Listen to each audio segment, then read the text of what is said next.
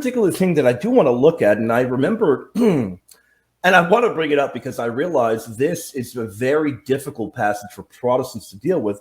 And I brought it up during the debate. In fact, I've been bringing it up for a while now. And indeed, this is not an argument that I created or that Father Kappas created. It's an argument you find in the early church fathers. They recognize this. This is particularly why St. Jerome, he believed that those brothers and sisters were cousins. We look at, and I want to look at St. Mark's Gospel, chapter 6. And I'm going to go ahead and read it, then we'll talk about it a little bit. Don't worry, audience. We're going to jump into the fathers in a bit, and we have a great audience. Earlier, I did a show, and I had probably only about 20 tuning in. And I told everybody earlier, I know when we do the show on Mary, we're going to get a ton of people. But hey, don't hold back. Hit that like button because we want more people to be able to watch the show, and we want more people to be able to give that honor and veneration to Holy Mary that is due her. Now, let me go ahead and read it. Is this not the carpenter, the son of Mary and brother of James, Joseph, Judas, and Simon? And are not his sisters here with us? So they were offended at him. Then, but Jesus said to them, a prophet is not without honor in his own country, among his own relatives, in his own house. Now, one thing we hear very often is we'll hear the Protestants say, well, look, you guys, there you've got the names of the brothers and the sisters listed. How do you deal with that? And then they're going to tell you, and they live in his own house. How are you going to deal with that? Well, let me break it down for you, because right there you have the answer in verse 3. You have them named, and then in verse 4, we're told how were they related to him. Because as you all know very well, in the Bible, you can have people called brother.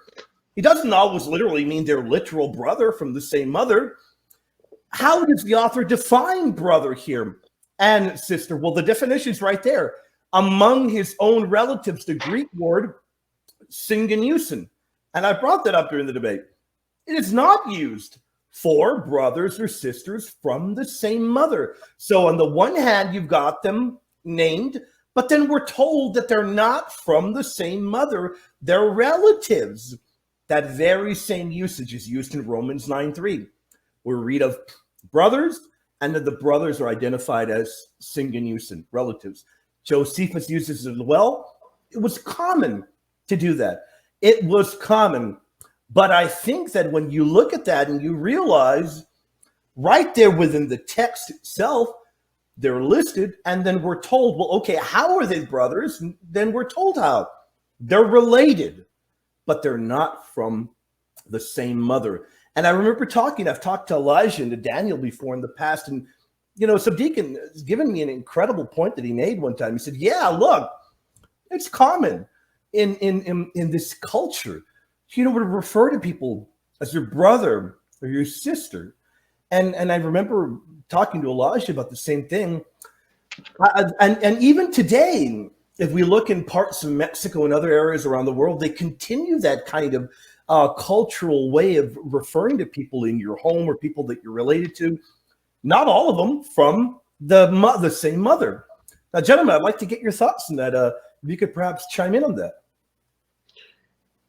Yeah, so for us, in the same, again, back to what I said earlier about,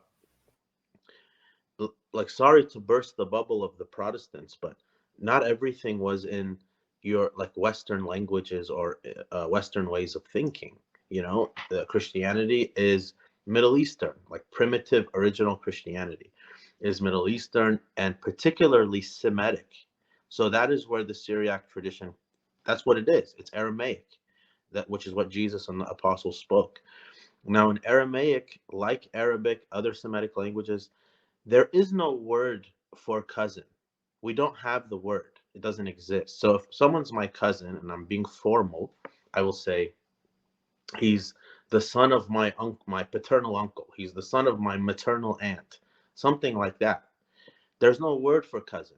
So till today, in certain Syriac-speaking communities, Aramaic-speaking communities, they don't say that. They say my brother and my sister. about these. So the gospel writers, being first century Aramaic speaking Jews, are writing in Aramaic thinking, writing in Greek.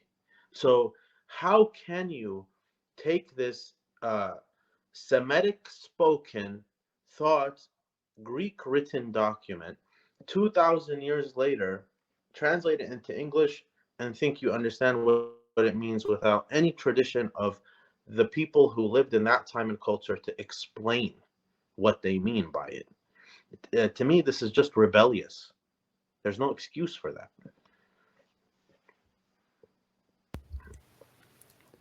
Right, absolutely. I don't really have much to add to that. I was going to say pretty much the same thing, that we don't have the word for cousin, which to me is just a blow to the Protestant argument. Which, to be fair to them, they're saying the Greek says brothers, but the reason why the Greek says brothers is because the original is not going to have the word cousin there, so they're just translating the word. They're brother. not thinking like the Aramaic speaker is writing the Greek. Yep. So he's writing what he's thinking.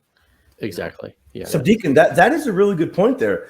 I think that and I think that really does get to the heart of the issue, because they are thinking in a very modern Western kind of mentality, because I've had them tell me, well, how on earth could they have refrained, talking about Holy Mary and St. Joseph, from having any kind of relations? Right away, they've got it in their mind that the mentality of this very, by the way, very unique Holy Family, very unique, that the mentality of the Holy Family would be akin to any other family of today.